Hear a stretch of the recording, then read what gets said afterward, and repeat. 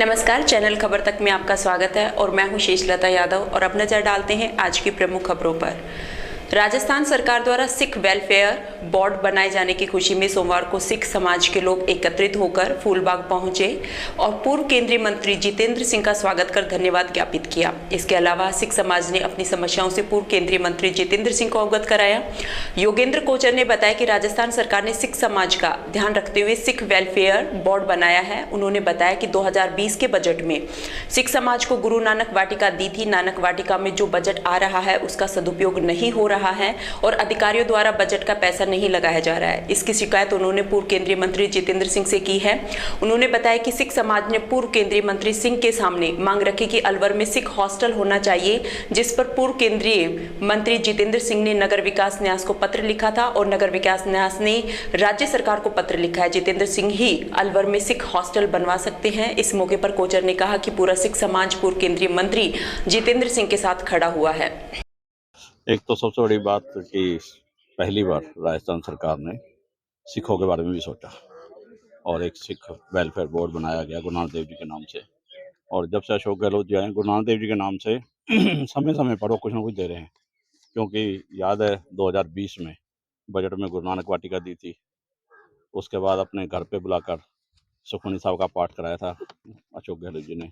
और आदरणीय भंवर साहब इसमें जितना बहुत बड़ा सहयोग करते रहे हैं। जब भी हमने कुछ कहा है इन्होंने लिख के भेजा है। जब इन्होंने लिख के भेजा है तो हमने हमेशा और उस पर कार्रवाई भी होकर आई है। आज भी हम भंवर साहब का धन्यवाद करने आए हैं। साथ में गुरु नानक वाटिका में जो गलत कार्य हो रहे हैं, जो बजट हमारा आ रहा है उसका सदुपयोग नहीं हो रहा है, अधिकारी द्वारा गलत उपयोग किया जा रहा है, उसके संबंध में हम शिकायत करने आए हैं। और एक हमारी मांग है अलवर में सिख हॉस्टल के नाम से। उस हॉस्टल के लिए आदरणीय भंवर साहब ने यहाँ यूआईटी को लिखा था। यूआईटी ने राज्य सरकार को लिख दिया, क्योंकि राज्य सरकार का दबाव तो राज्य सरकार पे भंवर साहब भी बना सकते हैं। हम तो इनका सहयोग कर सकते हैं, हम साथ खड़े हैं भंवर साहब के। क्या कमी है उसमें जिसकी शिकायत करने आए हैं, उसमें क्या परेशानी आ रही है? पिछला जो बजट आया, जबकि उसमें यह है कि गुरुद्वारा प्रबंधक कमेटी जो एक कमेटी जो बनाई गई है उसके द्वारा ही सारा काम होगा, सहमति से होगा। इन्होंने बिना कोई सहमति के मर्जिया जो कुछ खरीद लिया, 28,000 के फावड़े और प्राप्त खरीदी। कहाँ है वो फावड़े कौन प्राप्त? लोग हैं? अधिकारी हैं फॉरेस्ट डिपार्टमेंट के, तो उनके खिलाफ बात करके जाएंगे आगे जो कुछ होगा। बजट घोषणा में अलवर नगर परिषद को नगर निगम बनाने की खुशी को लेकर सोमवार को कांग्रेस के पार्षदों ने एकत्रित होकर पूर्व केंद्रीय मंत्री जितेंद्र सिंह के निवास पर पहुंचकर जितेंद्र सिंह का स्वागत किया। इस दौरान कांग्रेस के सभी पार्षद मौजूद रहे। पार्षद नारायण साईवाल ने बताया कि राजस्थान सरकार द्वारा बजट घोषणा में अलवर नगर परिषद को नगर निगम का दर्जा दिया गया है। इसमें महत्वपूर्ण प्रयास पूर्व केंद्रीय मंत्री जितेंद्र सिंह के रहे हैं, जिस पर सभी पार्षदों ने उनका आभार जताते हुए माला और साफा पहनाकर उनका स्वागत किया। बजट आने के बाद अलवर शहर का विकास होगा, क्योंकि अभी अलवर नगर परिषद को बजट घोषणा में नगर निगम बनाने की घोषणा कर दी गई है, लेकिन अभी शहर का परिसीमन नहीं हुआ है। ऐसे में परिसीमन होने के बाद अलवर शहर का विकास होगा। आज हमारे लिए बहुत खुशी के दिन है। अभी बजट के अंदर अलवर शहर की जो नगर परिषद थी इसको नगर निगम बनाया। इसका पूरा जो योगदान रहा है, कड़ी मेहनत जो रही है भंवर साहब की रही है।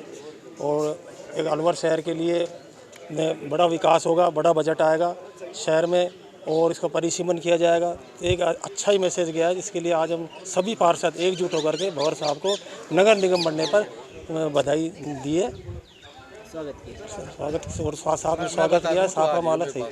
शहर में लगातार हो रही गो तस्करी की घटनाओं को रोकने के लिए सोमवार को हिंदू वाहिनी संगठन से जुड़े कार्यकर्ता जिला कलेक्टर कार्यालय पहुंचे। इस दौरान इन लोगों द्वारा जिला कलेक्टर कार्यालय के बाहर नारेबाजी करते हुए विरोध प्रदर्शन किया गया।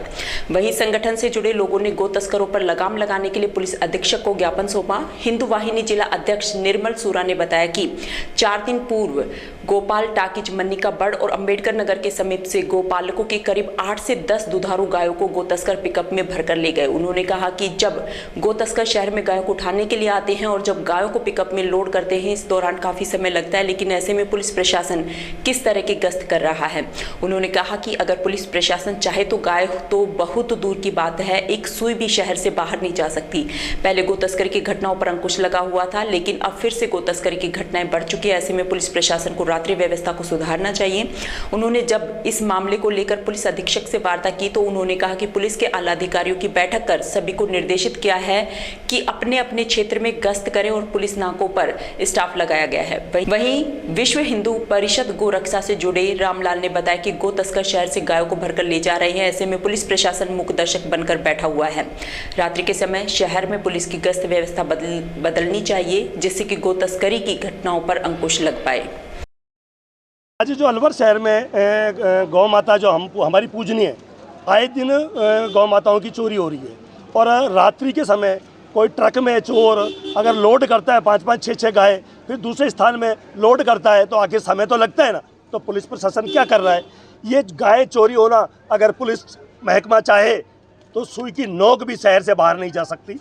कहीं ना कहीं इनकी लापरवाही कोताही है और हम चाहते हैं अलवर शहर में अभी 14 तारीख को जो गोपाल टाकेज के सामने गुजर कॉलोनी में से 6 गायें चोरी हुई और एक मन्नी का बड़ से उठाया और एक एनईबी से और एक और शहर के स्थान से ये गाय चोरी का एक प्रकरण चालू हो गया। जिस तरीके से पहले मूर्ति खंडन का प्रकरण चालू हुआ था, ये विदर्भियों का काम है और गौ माता की हत्या के लिए बूचर खाने में ये गायें ले जाते हैं। मैं जिला प्रशासन, पुलिस प्रशासन को प्रतिनिधिमंडल के माध्यम से मैं ज्ञापन दिया है और ये मांग की है कि इनको तत्काल प्रभाव से गिरफ्तार किया जाए और पुलिस प्रशासन अगर इनको गिरफ्तार नहीं करती, गौ माता हमारे लिए पूजनीय है, सनातन धर्म के लिए पूजनीय है, हिंदू धर्म की आस्था है। अगर गौ माता के साथ अत्याचार दुराचार नहीं रोका गया, हिंदू संगठन राजस्थान का पूरे राजस्थान में आह्वान करेगा, शहर में तो करेगा ही करेगा और चारों तरफ से पुलिस प्रशासन के लिए एक जिले का घेराव करना चालू कर देंगे। देखो, दिन पे दिन हमारे शहर के अंदर जो गौ माता की चोरियां हो रही हैं, घर में पथराव हो रहे हैं, छोटे छोटे बछड़ों को अंदर हम रखते हैं तो उनकी गायों को बाहर से ज़बरदस्ती डाल ले जाते हैं। आज के समय में देखते हो जब ये घर में से गाय चोरी हो रही है तो ये हमारे बच्चों को भी ले जाएंगे। तो हम प्रशासन से कहा है कि जैसे पहले प्रशासन सख्ती बरतता था, गौरक्षा जो चौकियां बनी हुई थी उनको बहाल करने की हमने एसपी साहब से अनुरोध किया है और उन्होंने हमको आश्वासन दिया कि सारी चौकियां और गश्त बढ़ाया जाएगा।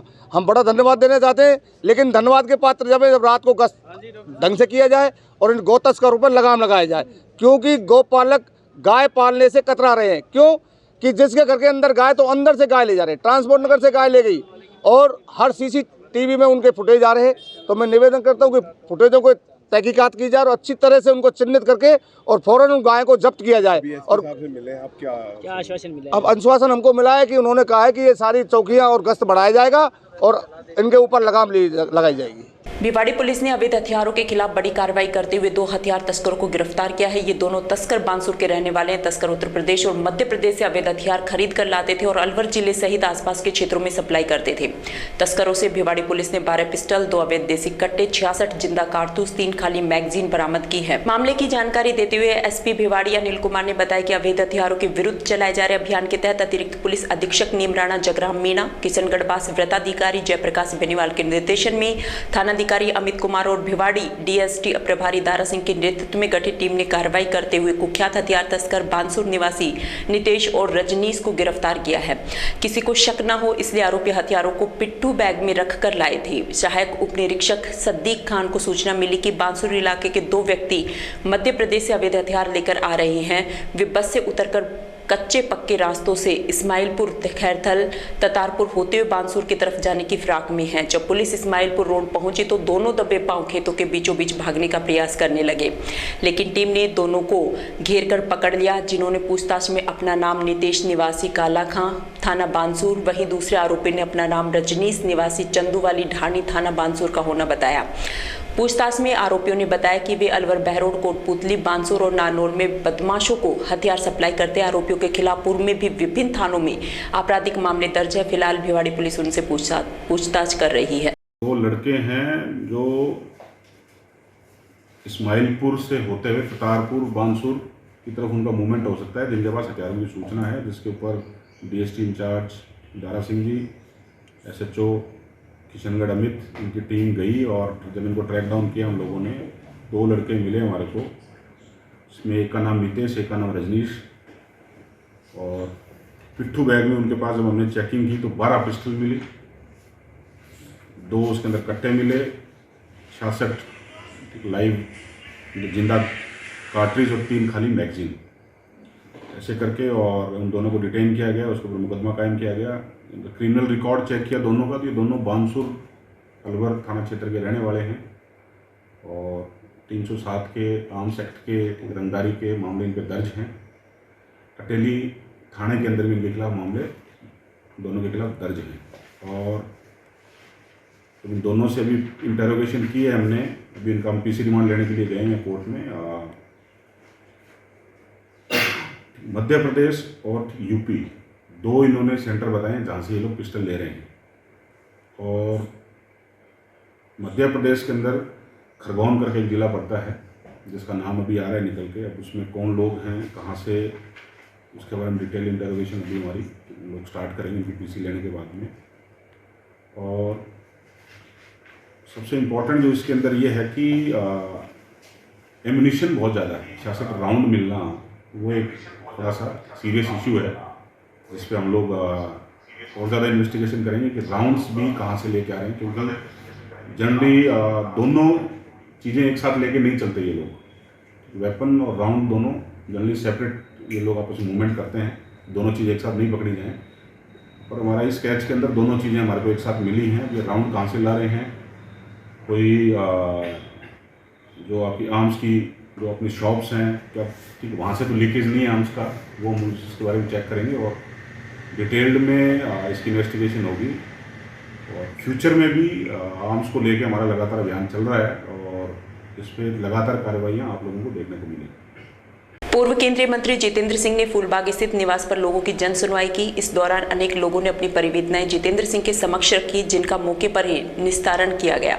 वहीं पूर्व केंद्रीय मंत्री जितेंद्र सिंह ने मीडिया से बातचीत में कहा कि यूपी सहित पूरे देश में लॉ एंड ऑर्डर चौपट है। अभी पूर्व राज्यपाल सत्यपाल मलिक ने पुलवामा अटैक को लेकर सवाल करते हुए केंद्र सरकार की मंशा पर अंगुली उठाई थी। इन्हें लेकर संशय सबको था, लेकिन सरकार ने देशभक्ति, एंटी नेशनल राष्ट्रवाद के नाम पर माहौल अलग बना लिया था। लेकिन सरकार अब खुद आतंकी के रूप में काम करने लगी है। उन्हें लगता है कि जब पूर्व राज्यपाल मलिक के बयान को डाइवर्ट के लिए यूपी में ऐसा किया गया है तो सरकार राजनीतिक रूप से फायदा लेने के लिए कुछ भी कर देती है। इनका असली चेहरा सामने आने लगा है। पूर्व मंत्री सिंह ने कहा कि संसद में उन बिलों पर ही बहस होती है जिन पर बीजेपी चाहती है। पूरा उत्तर प्रदेश में और उत्तर प्रदेश के साथ साथ पूरे देश के अंदर एक तरह से लॉ एंड ऑर्डर बिल्कुल चौपट हो चुका है। अभी सतपाल मलिक जी ने जो बयान दिया है वो महामहिम राज्यपाल रह चुके हैं, कोई आम व्यक्ति नहीं है, बिल्कुल व्यक्ति रहे हैं। और उन्होंने जो खुलासा करा है इसके ऊपर इस सरकार की मंशा, जो जब से ये हमारा अटैक हुआ, जब से ही इसका संशय सबों को था, इसके बारे में सब बात कर रहे थे, लेकिन सरकार और देशभक्ति और एंटी नेशनल की बात सब विपक्षी दलों को बना दिया था। लेकिन आज इसके बाद में मामला का खुलासा हुआ है, तो इसके ऊपर जो सरकार है वो एक तरह से खुद टेररिस्ट के रूप में काम कर रही है, अपराधी के रूप में काम कर रही है। और हमने देखा है कि आपका ये, मुझे जहाँ तक ये लगता है कि जब ये सतपाल मलिक जी का जो बयान आया, इसकी पूरी डाइवर्ट करने के लिए, अटेंशन डाइवर्ट करने के लिए उत्तर प्रदेश में ही हो गया। तो ये सरकार गुंडागर्दी खुद ही कर रही है और किसी को मरवा देती है राजनीतिक रूप से फायदा लेने के लिए। ये जो भी इनका कार्य चलता रहता है, तो इसका इनका जो असली चेहरा है वो जनता के सामने आया है। लेकिन जो संसद में इनकी बहस होती है तो उसका कहीं ना कहीं ये लगाया जा रहा है कि योगी सरकार जिस तरह बयान उन्होंने दिया था कहीं ना कहीं उसको दिखाया है सामने। संसद में तो बहस वो होती है जो ये चाहते हैं, इनकी बहस होती रहे, इनके बिल जो इनने बड़ी बड़ी कंपनियों से जो सौदे कर रखे हैं उनके बिल पास हो जाए, उसकी बहस होती है। बाकी सिर्फ ये डाइवर्ट करने के लिए, अटेंशन डाइवर्ट करने के लिए एक और कांड कहीं कर लेती है। आज सबसे बड़ी बात ये है, आपने भी मेरे से सबसे पहला सवाल उत्तर प्रदेश का पूछा, ये डाइवर्ट करने की बात हुई है। आज अगर गंभीरता से देश की जनता को मालूम होना चाहिए और इसका खुलासा होना चाहिए कि जो हवा में अटैक हुआ है, जो 40 से ज़्यादा लोग हमारे शहीद हुए हैं सीआरपीएफ के। मैं तो उस मंत्रालय का मंत्री रहा हूँ, डिफेंस में भी और होम में भी। तो उसके ऊपर बहुत बड़े सवाल पैदा हो जाते हैं। सरकार को अब बताना चाहिए कि इसके अंदर उनका क्या हाथ है। जिला परिषद में सोमवार को कार्यवाहक सीओ रेखा रानी व्यास की अध्यक्षता में बैठक आयोजित की गई। इस बैठक में जिले के सभी विकास अधिकारी और सहायक अभियंता मौजूद रहे। बैठक में राज्य की योजनाओं की प्रगति पर विस्तार से चर्चा की गई।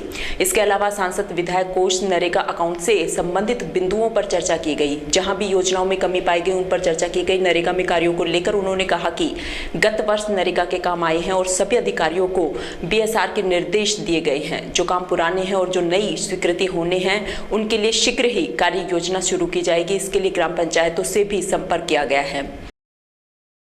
आज हमने सभी विकास अधिकारी और एएम साहिबान की रिव्यू मीटिंग रखी है और उसमें जो हमारे रूटीन के जो हमारी विभागीय प्रोग्रेस है उसके बारे में बात की, जिसमें मुख्य रूप से MP LAD, MLA LAD, PMAY, NREGA और हमारे जो अकाउंट से रिलेटेड जो इश्यूज़ हैं वो उन सब के बारे में बात की गई है और इनसे जहाँ कमी है उनको निर्देशित किया गया है कि वो उसकी पूर्ति करें और प्रोग्रेस बढ़ाएं।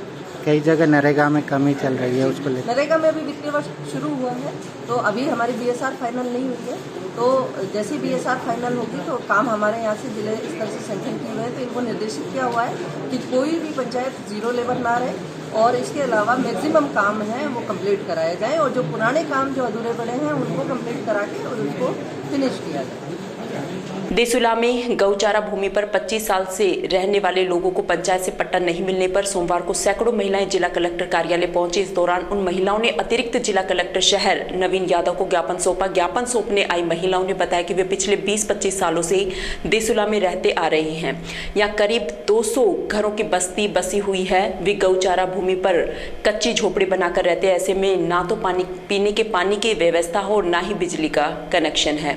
इन लोगों के पास रहने के लिए कोई आवास भी नहीं है। यहाँ रहने वाले लोग कच्ची झोपड़ी में सर्दी, गर्मी, बरसात जैसे मौसम में बामुश्किल अपने परिवार के साथ रहकर जीवन व्यतीत कर रहे हैं, जबकि इनके पास ना तो आय का स्थायी स्रोत और ना ही रहने के लिए कोई स्थान है।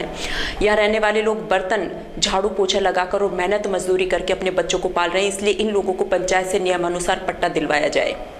हम आए कच्ची बस्ती से, MI रोड, बैरगूंगा के स्कूल से आगे से, खदानों में से। नहीं लाइट है, न पानी है, न घर है रहने के लिए। रोज रोज आ जाते हैं, रोज रोज उठाने के लिए हमको वहाँ से। भाई हटो, 20 साल हो गए रहते रहते। सरपंच आ जाता है, कभी कोई आ जाता है, ऐसे ही आते हैं। अखबार में दे दिए हट जाने के लिए। हमारे कहीं घर बार ही नहीं, हम कहाँ रहेंगे वहाँ से हटके? बताओ कितने परिवार हैं जो हटा रहे? वहाँ से कम 70-80 घर है, 70-80 घर है। हाँ जी,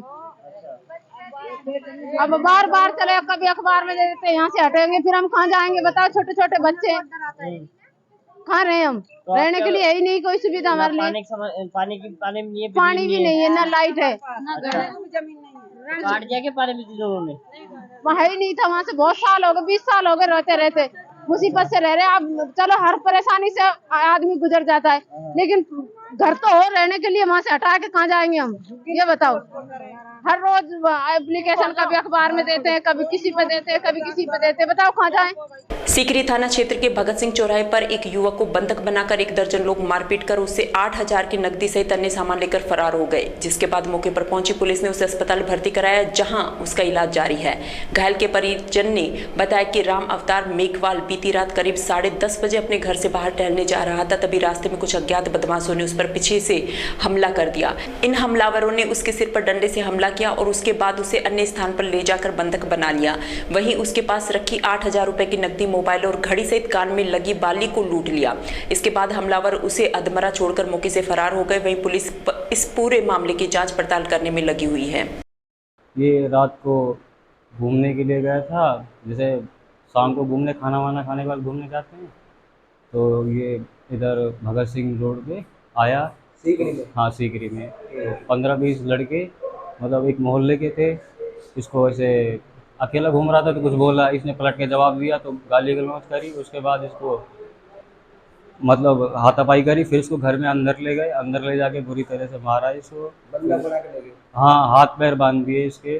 उसके बाद इसके वॉलेट से मतलब 8,000 9,000 पता नहीं कितने पैसे थे वो ले लिए। इसका फ़ोन और ले लिया है, इसके घड़ी थी, सब कुछ रख लिया। मतलब उन्होंने समझा कि ये डेड है, तब जाके छोड़ा है। 20 लोग थे, फिर वहाँ से पुलिस आई, गश्त पे घूम रही थी, तो पुलिस वाले इनको उठा के लाए, तो उन्होंने हमें इन्फॉर्म कराया।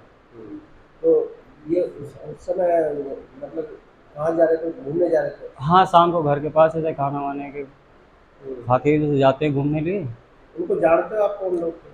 नहीं, मैं तो नहीं जानता उनको, कोई ये भी नहीं जानता, नहीं। अनजान लोग थे? हाँ, अनजान लोग थे, दूर थे, हमारा घर थोड़ा दूर पड़ता है। लूट की नीयत से आए थे? हाँ, वैसा कह सकते हैं, क्योंकि वो घर के अंदर ले जाके बंद करके मारा, यहाँ तक कि करंट के झटके मारने तक कि वो गए, खंभे पे बांध दिए दोनों हाथ पैर। तो वही बांध के मारा है? हाँ, घर में अंदर ले जाके, तो कम से कम 20 लड़के थे। गायनी सोसाइटी की नई कार्यकारिणी का शपथ ग्रहण समारोह एक निजी होटल में आयोजित किया गया, जिसमें फोक्सी की पूर्व उपाध्यक्ष डॉक्टर सुनीता गुप्ता ने नई कार्यकारिणी को पद एवं गोपनीयता की शपथ दिलाई। इस दौरान डॉक्टर सुनीता अग्रवाल ने, अध्यक्ष डॉक्टर कल्पना माथुर ने, उपाध्यक्ष डॉक्टर नीलम गुप्ता ने, सचिव डॉक्टर रेखा गुप्ता ने, संयुक्त सचिव डॉक्टर सपना जैन ने, कोषाध्यक्ष डॉक्टर मोनिका गुप्ता ने, क्लिनिकल सचिव सहित डॉक्टर देवयानी राणावत ने संरक्षक के रूप में शपथ ली। इस मौके पर नवनिर्वाचित कार्यकारिणी ने अपने पूरे वर्ष के कार्यक्रमों की रूपरेखा सभी सदस्यों के सामने रखी। वहीं इससे पूर्व दीप प्रज्वलित कर शपथ ग्रहण समारोह की शुरुआत की गई। इस मौके पर फोक्से से जुड़े डॉक्टरों द्वारा प्रशिक्षण देने का विचार किया गया और निःशुल्क कैंप आयोजित करने का संकल्प लिया गया। इस दौरान नवनिर्वाचित सचिव डॉक्टर नीलम गुप्ता ने बताया कि अलवर गायनी सोसाइटी द्वारा समय समय पर महिलाओं और छात्राओं को जागृत करने का प्रयास किया जाता है। ये क्रम आगे भी जारी रहेगा। और हमारी अलवर सोसाइटी की शाखा, जो फेडरेशन ऑफ गायनी सोसाइटी की शाखा है, वो एक बहुत महत्वपूर्ण शाखा है, बहुत एक्टिव है। डॉक्टर सुनीता, डॉक्टर नीलम, डॉक्टर मोनिका के दिशा निर्देशन में, नेतृत्व में यहाँ लगातार वैज्ञानिक कार्यक्रम हो रहे हैं, और जो कि बहुत ज़रूरी है। तो सबसे पहले मैं उन सबको, डॉक्टर सुनीता, डॉक्टर नीलम, डॉक्टर मोनिका को बधाई देती हूँ कि वो लगातार यहाँ की शाखा को सक्रिय बनाए हुए हैं और एकेडमिक रूप से यहाँ लगातार कार्यक्रम हो रहे हैं। आज हम लोग जो प्रोग्राम कर रहे हैं वो है कि स्त्रियों में अराउंड 35 साल के बाद और 50 से 55 साल तक जो असामान्य रक्तस्राव होता है, यानी कि उनकी माहवारी का जो चक्र अनियमित होता है, ज़्यादा ब्लीडिंग होती है और कुछ और समस्याएं जो इस उम्र पे होती है, तो उसमें उनको क्या सावधानी रखनी चाहिए, कब डॉक्टर से मिलना चाहिए, उसकी बहुत सारी वजह होती हैं, जैसे कि थायराइड की डिजीज़ है, या छोटे या बड़े ट्यूमर्स हैं, या एडिनोमाइसिस है, या एंडोमेट्रियोसिस है। तो एक पहला संदेश हम लोगों का ये है कि जब भी इस 35 से 55-60 साल की उम्र पे अगर आपको अनियमित माहवारी है या उसके संग में पेट का दर्द या कुछ नई चीज़ शुरू हो रही है, तो हमेशा अपने योग्य चिकित्सकों की सलाह लें। दूसरी चीज़ हम लोगों को, जो हमें अपने फेलो ऑब्स्टेट्रिशियन एंड गायनिकोलॉजिस्ट को हम ये संदेश देना चाहते हैं कि कई बार स्त्रियां या फैमिली डर के मारे कि ये कैंसर तो नहीं हो जाएगा, तुरंत ही कहते हैं कि बच्चेदानी निकलवाने का ऑपरेशन करवा लें। तो अगर ये कम उम्र पे ऑपरेशन होता है 35-40 साल पे, तो उसमें जो हार्मोन्स की कमी होती है उसके भी कई प्रभाव होते हैं। तो आज की जो कार्यशाला है उसमें जो सबसे महत्वपूर्ण चीज़ है कि जो फाइब्रॉइड, जिसको हम रसौली कभी बोलते हैं, एडिनोमाइसिस जो कि एक तरह की एंडोमेट्रियोसिस है, जहाँ पे ओवरी में छोटी छोटी गांठ बन जाती है। तो आज हम इस कार्यशाला में डिस्कस करेंगे कि इसके बहुत सारे उपाय हैं, जैसे कि हार्मोन्स हैं, जैसे अगर थायराइड डिसऑर्डर है, खून की कमी है, उसको पूरा करना है, कैसे उनको हमेशा जांच करानी चाहिए। हर स्त्री को एक जांच हर 3 या 5 साल पे करानी चाहिए कि उनको स्मीयर, जिसको पैप स्मीयर कहते हैं, कि कोई उसमें कोई ऐसी चीज़ तो नहीं है कि जो आगे चल के कभी कैंसर में बदले। और इसके अलावा जो नई विधियां हैं, जैसे एक तरह का कॉपर टी या इंट्रायूट्राइन कॉन्ट्रासेप्टिव डिवाइस है जिसमें दवा होती है। तो जो महिलाएं ओबेस, मोटी होती हैं, डायबिटीज़ होता है, कोई ऐसी चीज़ तो नहीं है कि जो आगे चल के कभी कैंसर में बदले। और इसके अलावा जो नई विधियां हैं, जैसे एक तरह का कॉपर टी या इंट्रायूट्राइन कॉन्ट्रासेप्टिव डिवाइस है जिसमें दवा होती है।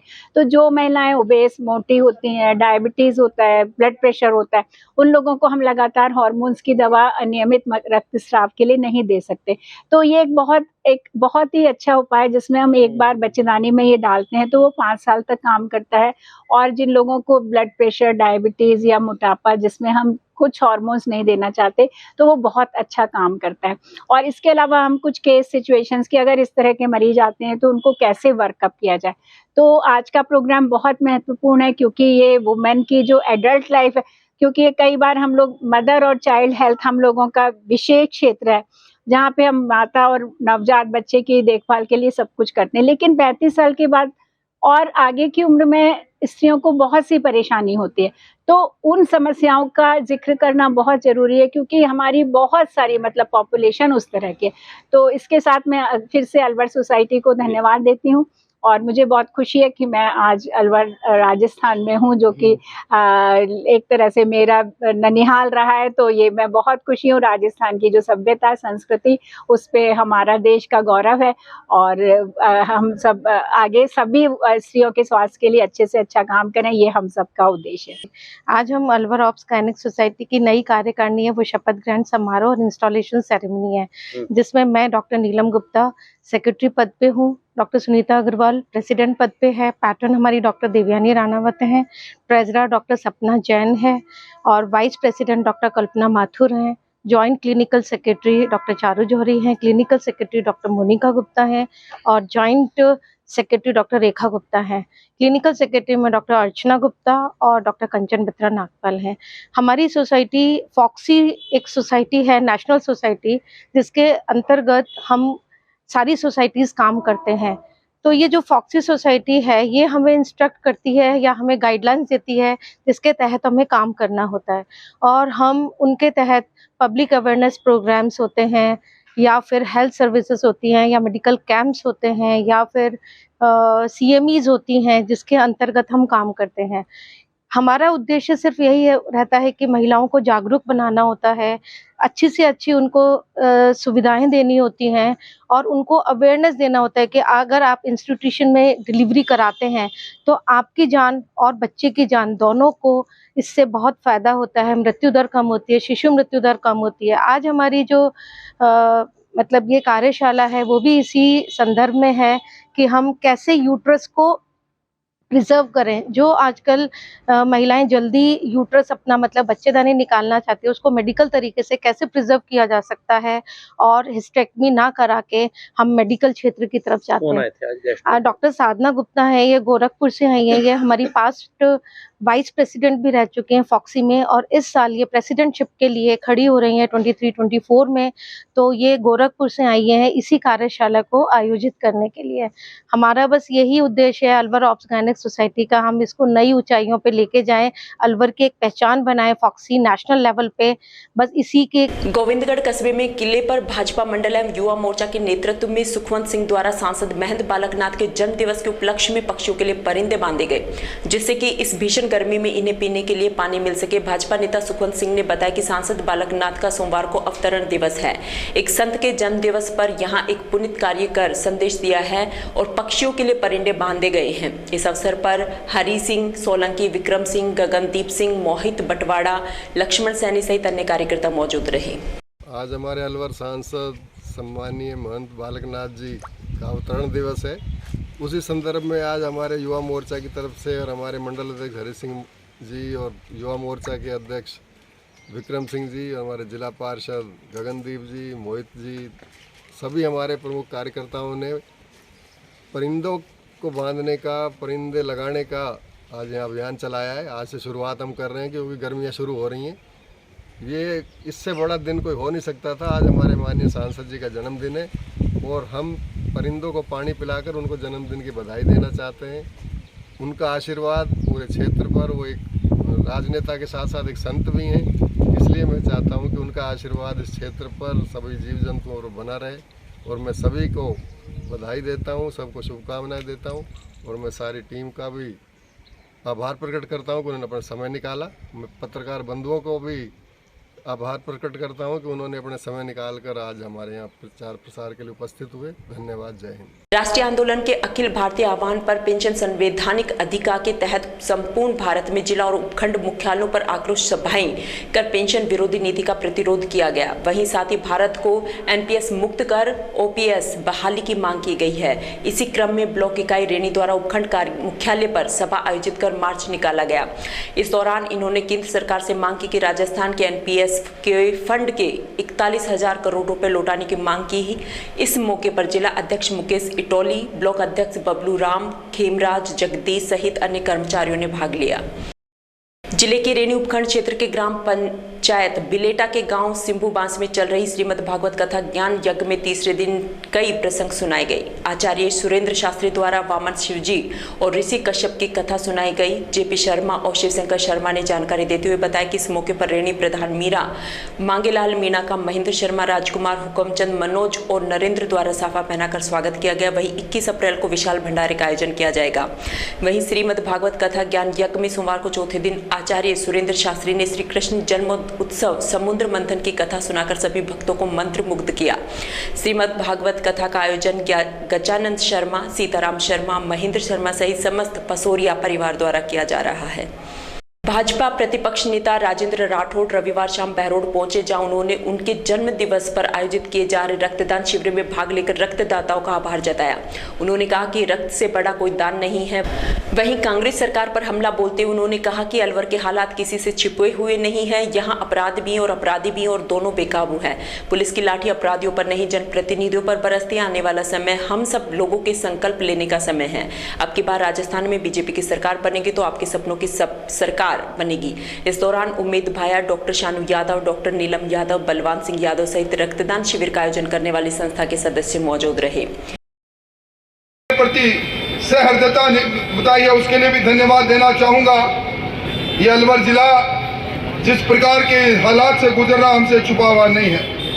यहाँ अपराध भी है और अपराधी है, दोनों बेकाबू हैं। पुलिस की लाठी अपराधियों पर नहीं, जनप्रतिनिधियों पर बरसती है जब वो जनता की मांग को लेकर लोग सामने आते हैं। जन समस्या मुंह बाया खड़ी है। अभी जब मैं आ रहा था, एक व्यक्ति ने कहा हमारा बहरोड जिला बन गया। हमारे विधायक जी ने कहा कि यहाँ एसपी और कलेक्टर बैठेंगे। मैं कोटपुतली से आया हूँ, वहाँ लोग माला पहन कर कह रहे थे हमारा कोटपुतली जिला बन गया। हमारे यहाँ के विधायक जी ने जिला कलेक्ट्रेट के लिए भूमि का चयन कर ली। अब कोटपुतली जिला बना या बहरोड जिला बना, एक का अपमान हो गया। कभी मैंने सुना नहीं 35 किलोमीटर का अंतर हो और बहरोड कोटपुतली के नाम से एक जिले की घोषणा हो। ये घोषणा वीरों की सरकार है, ये झूठों की सरकार है। झूठों के सरदारों की सरकार की सरपरस्ती में जो लूट और झूठ की बातें चल रही है, किसी से छुपी हुई नहीं। आने वाला समय हम सब लोगों के संकल्प लेने का समय है। हम सब लोग मिलकर मोदी जी के सपनों का राजस्थान बनाने के लिए, डबल इंजन की सरकार बनाने के लिए, इस भ्रष्टाचार का तांडव करने वाली सांप्रदायिकता की आग में इस राजस्थान को भट्टी की तरह जलाने वाली सरकार, जहां हमारी आस्थाओं पर हमला होता है, जहां हम जब हनुमान जयंती पर हनुमान जी को नमन करने के लिए तीर्थ पर जाते हैं तो कहते हैं पताका लगा मत लेना हनुमान जी के नाम की। इस प्रकार की सरकार हमारे सामने है। कोई लंबी बात कहने नहीं आया, और यह जरूर कहूँगा, इस बार ये जिला अंगड़ाई ले रहा है। इस बार ये जिला नया इतिहास को रच रहा है। यहाँ झूठ और प्रपंच के बल पर, गुंडागर्दी के बल पर जिन्होंने अब तक अपनी राजनीति चलाई, वो राजनीति अंत होगी। और इस बार भारतीय जनता पार्टी जब सरकार बनाएगी, आपके सपनों का बहरोड बन। समाचारों में वक्त हो चला है एक छोटे से ब्रेक। आप देखते रहिए खबर तक।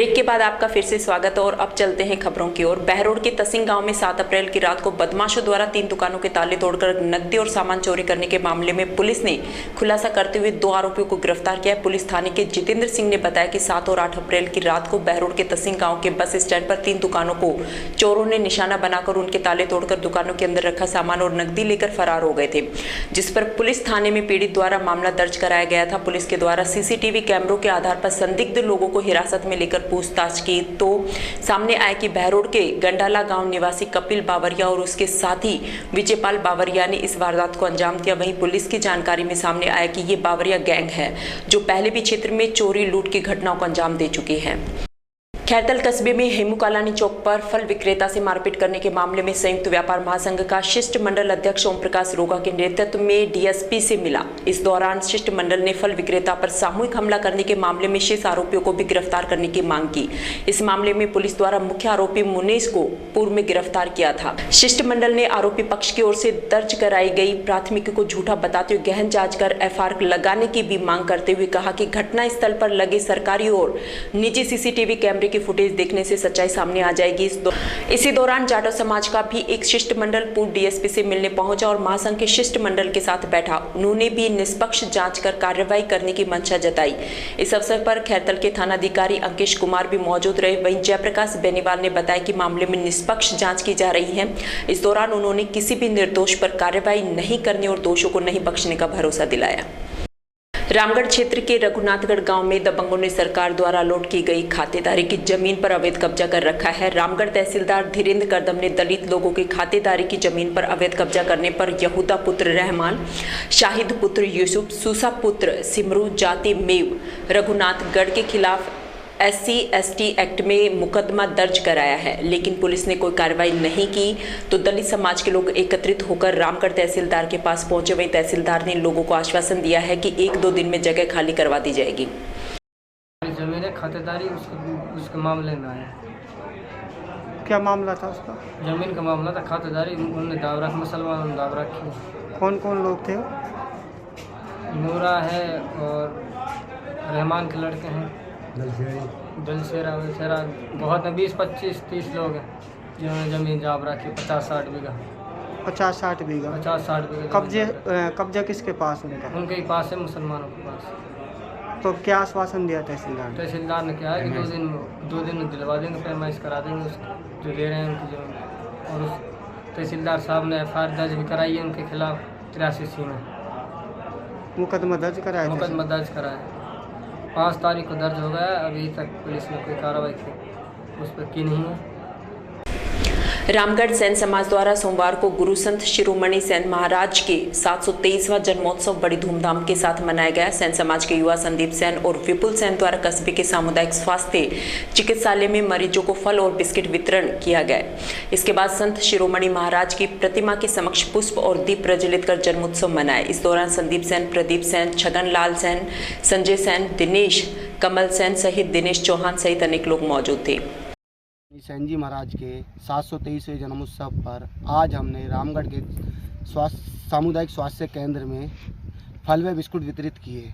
इस दौरान रामगढ़ सैन समाज के सभी लोग एकत्रित हुए। राजगढ़ ग्राम पंचायत राजपुर बड़ा स्थित कस्तूरबा गांधी बालिका आवासीय विद्यालय में सोमवार को कक्षा 8वीं का विदाई समारोह धूमधाम से मनाया गया। विद्यालय प्रधानाध्यापिका गुड्डीबाई मीना ने बताया कि कार्यक्रम के मुख्य अतिथि CBEO रामेश्वर दयाल मीना रहे। वहीं विशिष्ट अतिथि नाथलवाड़ा सरपंच मुकेश मंडावरी, पूर्व प्रदेश कार्यकारिणी सदस्य ब्रजेश शर्मा, सरपंच प्रतिनिधि रामावतार शर्मा, पूर्व सरपंच नादान सिंह मीना रहे। जबकि कार्यक्रम की अध्यक्षता नोडल प्रधानाचार्य प्यारेलाल जाटव द्वारा की गई। कार्यक्रम के दौरान विद्यालय की छात्राओं ने देशभक्ति और राजस्थानी गीतों के साथ नृत्य करते हुए रंगारंग सांस्कृतिक कार्यक्रम पेश किए। इस मौके पर प्रधानाध्यापिका गुड्डूबाई और वार्डन मणि बागोरिया द्वारा सभी बालिकाओं को सामूहिक फोटो का छायाचित्र सहित उपहार भेंट किए गए। इस मौके पर किशोरी ठेकेदार ब्रजमोहन मीणा, अरविंद अवस्थी, रामस्वरूप बाबूजी, राधेश्याम सैनी, मुकेश सैनी सहित अन्य लोग मौजूद रहे। खेड़ली कस्बे के पंचायती मंदिर प्रांगण पर श्याम बाबा का 15वां वार्षिकोत्सव समारोह धूमधाम से मनाया गया। इस दौरान सुबह 6 बजे श्याम बाबा का अलौकिक श्रृंगार किया गया। इसके बाद श्याम बाबा की ध्वजा और निशान यात्रा निकाली गई। श्याम भक्तों ने बताया कि निशान यात्रा मंदिर परिसर से शुरू होकर मंदिर पहुंची। शोभा यात्रा में सभी भक्तों ने भजनों की धुन पर नाचते झूमते हुए आनंद लिया। शोभा यात्रा के मंदिर प्रांगण पर पहुंचने के बाद हवन कर प्रसादी का वितरण किया गया। इस मौके पर मोहित गोयल, विवेक सिंघल, पीयूष शर्मा, रोहित सिंघल, महेश बजरंगी सहित अनेक लोग मौजूद रहे। अलवर का ऐसा पोस्ट ऑफिस जो भारत के पहले विविधतापूर्ण औषधि उद्यान के रूप में विकसित हो रहा है। डाक विभाग अधिकारी दीपक शर्मा ने बताया कि यहां पर स्थानीय लोगों द्वारा किए गए अतिक्रमण से काफी गहराई तक प्लास्टिक जमा हो गई थी, जिसके कारण यहां की भूमि बंजर हो गई थी। शराबियों द्वारा फेंकी बोतलों के टुकड़े, लोगों द्वारा फेंका गया कूड़ा कचरा एवं गंदगी को डाक कर्मचारियों के संयुक्त प्रयासों से पूरी तरीके से मुक्त किया गया है।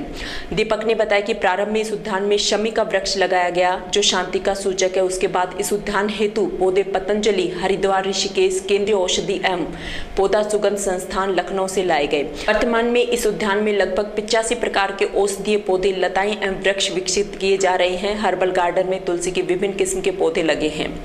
इसका मूल उद्देश्य ये है कि जो नर सेवा है और नारायण सेवा है, कोविड के दौरान हुई मौतों के बाद में हमारे मन में अंतर्ध्यान में एक विषय ये आया है कि किसी व्यक्ति के जीवन को हम किस तरह बचा सकते हैं। तो उस समय जो औषधियाँ कारगर सिद्ध हुई थी रोगियों के लिए, उसी को उद्देश्य बनाते हुए हमने इस अतिक्रमण युक्त भूमि को मुक्त कराकर और प्लास्टिक के दलदल में बन चुकी इस भूमि को और आसपास के निवासियों द्वारा कूड़ा करकट ये सब चीज़ें जो जमे हो चुकी हैं, सबको साफ करके एक शहर के बीचों बीच में लगभग 3.5 से 4 बीघा का ये जो क्षेत्रफल है, इस पूरे क्षेत्र में एक औषधि उद्यान हमने विकसित करने का प्रयास किया है। वर्तमान में यह भारतीय डाक औषधि उद्यान housing board colony post office Alwar में स्थित है और इस उद्यान में लगभग 74 प्रकार के औषधीय पादप, आपकी लताएं, क्रीपर्स और बेलें हैं और साथ ही इसके अंदर ऐसी दुर्लभ प्रजातियां भी हम संरक्षित करने का प्रयास कर रहे हैं जो वर्तमान में राजस्थान की जलवायु में उगती नहीं है। इन सभी पौधों का संकलन हमारे द्वारा पतंजलि हरिद्वार, ऋषिकेश और पौधा सुगंध संस्थान ICMR लखनऊ से हम ट्रांसजेनिक प्लांट्स लाके हमने यहाँ विकसित करने का प्रयास किया है। बड़ी खुशी और प्रसन्नता का विषय ये है कि इस क्लाइमेट में भी ये पौधे बड़ी खूबसूरती से विकसित हो रहे हैं। वर्तमान में हमारे पास में 12 प्रकार की तुलसियाँ हैं और एलोवेरा, पतचट्टा, पुत जीवक, अजवाइन, लौंग और बड़ी हरड़, छोटी हरड़ और काफ़ी प्रकार के ऐसे औषधीय पादप हैं जो वो दुर्लभ प्रजाति के हैं और मानवीय रोगों के में बहुत ही फायदेमंद हैं। हमारी कोशिश यही है कि एक शहर के बीचों बीच में एक ऐसा औषधि उद्यान, एक ऐसी विस्तृत श्रृंखला विकसित हो जिससे आमजन को अधिकतम फायदा हो। नेता प्रतिपक्ष राजेंद्र राठौड़ के जन्म दिवस के उपलक्ष्य में सोमवार को हिडोन सिटी अर्पण ब्लड बैंक पर युवा टीम द्वारा रक्तदान शिविर का आयोजन किया गया। आयोजक शिवराम गुर्जर ने बताया कि रक्तदान में युवाओं ने बढ़ चढ़कर भाग लिया, जिसमें जितेश गुर्जर, पिंटू गुर्जर, केशु हरसाना, प्रशांत, सचिन गुर्जर सहित अनेक रक्तवीरों द्वारा 207 यूनिट रक्तदान किया गया। कार्यक्रम में किसान मोर्चा के प्रदेश उपाध्यक्ष धर्मा डागुर, भाजपा प्रत्याशी वीर सिंह, वनकी पप्पू, सरपंच भूपेंद्र गुर्जर, सोनू शर्मा, बंटी गुर्जर इत्यादि ने सभी रक्तदाताओं को प्रोत्साहित करने के उद्देश्य से शीतल जल की व्यवस्था कर प्रमाण पत्र देकर सम्मानित किया। विश्व के लोकप्रिय प्रधानमंत्री कल्याण भावनाओं से प्रेरित होकर मानव सप्ताह के तहत नेता प्रतिपक्ष राजस्थान राजेंद्र राठौड़ जी के जन्मदिन के उपलक्ष्य में विशाल रक्तदान शिविर का आयोजन किया गया हिंडोन सिटी में, जिसमें युवाओं ने बढ़ चढ़कर हिस्सा लिया और युवाओं में अति खुशी दिखी और इसको लेकर पूरे राजस्थान में राजेंद्र राठौड़ जी की ब्लड डोनेशन कैंप लगाए जा रहे हैं। आज इंदौर में ब्लड डोनेशन कैंप लगाया गया और युवाओं में भारी जोश था। गोविंदगढ़ कस्बे स्थित गुरुद्वारा श्री गुरु नानक दरबार में सोमवार को खालसा पंथ का स्थापना दिवस साजना दिवस मनाया गया। इस अवसर पर गुरुद्वारा श्री गुरु नानक दरबार से नगर कीर्तन यात्रा निकाली गई। पंच प्यारों की अगुवाई में गंगा मंदिर से मुख्य बाजार से होते हुए ये यात्रा गुरुद्वारा पहुंची। यात्रा के दौरान बाबा शाहिद बंदा सिंह बहादुर गतका पार्टी गोविंदगढ़ द्वारा हिरत अंगेज कारनामे करके संगत का मन मोह लिया। आकर्षक ढंग से फूलों से सजाए गए रथ पर पुष्पों से सुसज्जित पालकी साहिब में गुरु ग्रंथ साहिब विराजमान रहे। गुरु ग्रंथ साहिब का जगह जगह पुष्प वर्षा कर स्वागत किया गया। प्रधान गुरु सेवक सिंह ने बताया कि खालसा पंथ साजना दिवसीय पूरे सिख जगत में बड़ी श्रद्धा से, बड़ी सद्भावना से मनाया जा रहा है। इसमें 3 दिन श्री अखंड साहिब जी का पाठ होता है। बानसूर के मंत्रालयिक कर्मचारियों ने सहायक प्रशासनिक अधिकारी महेंद्र सेन के नेतृत्व में अपनी मांगों को लेकर तहसीलदार राजेंद्र मोहन मीणा को मुख्यमंत्री के नाम ज्ञापन सौंपा। इस दौरान कर्मचारियों द्वारा कार्य बहिष्कार कर विरोध प्रदर्शन किया गया। ज्ञापन में मंत्रालयिक कर्मचारियों ने बताया कि राजस्व मंत्रालय कर्मचारियों के तहसीलदार पद पर पदोन्नति के कोटे से छेड़खानी नहीं करने, उपखंड कार्यालय में कटौती किए गए पद सृजित करने, वेतन विसंगति की मांग सहित मंत्रालयिक कर्मचारियों को सचिवालय कर्मचारियों के समान वेतन भत्ता सहित अन्य मांगों को लेकर मुख्यमंत्री को अवगत कराया गया। मंत्रालयिक कर्मचारियों की मांगों को लेकर मंगलवार को जयपुर में समस्त मंत्रालयिक कर्मचारी महापड़ाव डालेंगे। इस दौरान राजेश जोशी, सुजीत कुमार सैन, दिनेश कुमार, नीरज कुमार, महेश गुजर, शीशराम गुजर सहित अनेक मंत्रालयिक कर्मचारी मौजूद रहे। मंत्रालय कर्मचारी संघ के प्रदेश अध्यक्ष महोदय एवं जिलाध्यक्ष महोदय के निर्देशानुसार राजस्व मंत्रालय कर्मचारियों की विभिन्न मांगे थी। उन मांगों की पूर्ति करने हेतु एवं कई जो संलग्न मांगे हैं प्रदेश स्तर की, जिला स्तर की, उन सभी मांगों की पूर्ति करने के लिए राज्य सरकार की खुद से कुछ अपेक्षाएं हैं। उन अपेक्षाओं को पूरी करने के लिए आज प्रदेश नेतृत्व के आह्वान पर ब्लॉक बानसूर के राजस्व मंत्रालय कर्मचारी पदाधिकारी, जिसमें एसडीएम कार्यालय, एसीएम कार्यालय, तहसील कार्यालय, उपकोष कार्यालय में पदस्थापित राजस्व मंत्रालय कर्मचारियों के द्वारा आज सामूहिक बहिष्कार किया गया है कार्य का। कल से सब कर्मचारी सामूहिक अवकाश पे रहकर जयपुर में महापड़ाव में शामिल होंगे और ये अनिश्चितकालीन रहेगा। जब तक राज्य सरकार के द्वारा मांगे नहीं मानी जाएंगी तब तक हम सामूहिक अवकाश पे रहकर जयपुर में महापड़ाव में शामिल रहेंगे। खैतल कस्बे की कृषि उपज मंडी में इन दिनों सरसों की आवक में तेजी हुई है। मंडी में सोमवार को 20 से 25 हजार कट्टों की आवक हुई। सर्वेश गुप्ता ने बताया कि इस समय मंडी में 20 से 25 हजार कट्टों की आवक हो रही है। इस समय मुंडावर, हरसोली, कोटकासिम, घाटला सहित दर्जनों स्थानों से सरसों आ रही है। इस समय 4100 रुपए से लेकर 4600 रुपए तक में सरसों बिक रही है।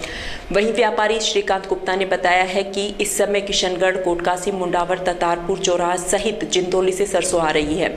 इस समय सरसों के भाव कम से कम 4550 रुपए से लेकर 5250 रुपए तक बने हुए हैं। यहाँ खैतल नैनाज मंडी में 25-30 हजार कट्टे की आमद है। मुंडावर बेल्ट, बहरोड बेल्ट और अपने कोटकासिम 84 की बेल्ट से माल आ रहा है चारों तरफ से। और नीचे में सरसों आज 4550 से लेके 5200 रुपए तक बिका है। हमारे यहाँ मंडी में करीब 100 किलोमीटर के एरिया से सरसों आ रही है।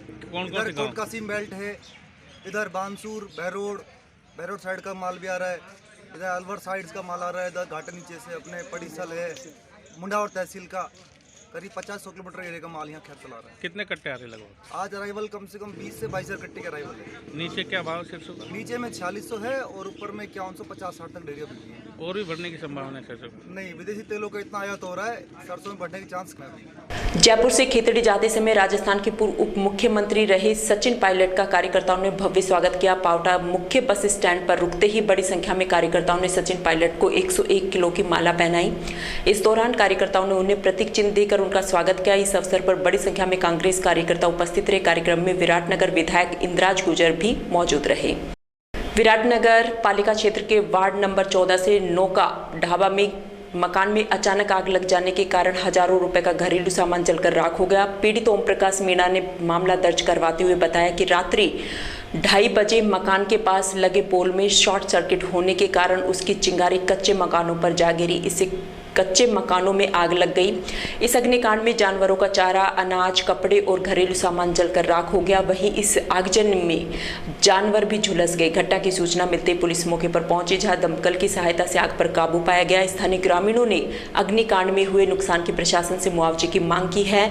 वहीं ग्रामीणों ने नगर पालिका पर आरोप लगाते हुए कहा है कि हाई मास्क लाइट का मीटर विद्युत पोल पर लग रहा था, जिससे कई दिनों से लगातार चिंगारियां निकल रही थी, जिसकी सूचना नगर पालिका को भी दी गई थी, लेकिन पालिका की लापरवाही के चलते बड़ा अग्निकांड हो गया। और मानता अचानक पड़ोसी जगाया और मेरा नाज भी पड़े चो में, मेरी झोंपड़ी भी चाहिए, मेरी भैंस भी मंदरी चाहिए, मेरा पाडो भी मंदरे छो। अब मेरा पाडो बिल्कुल बढ़ गो, मेरा हाथ जल गया बुझावा का चक्कर में। क्या सामान जले? मेरा नाज भी से 2-4 बोरी था, गड़ो छो छोट मोट सारो सामान जो घर को तो चूल्हा को तो फिर कैसे बुझाएगी? दमक आई छे, फिर दमक ने फोन कर जब दमकार बुझाई छे। आज समाचारों में इतना ही। दीजिए मुझे और मेरी टीम को इजाजत। नमस्कार।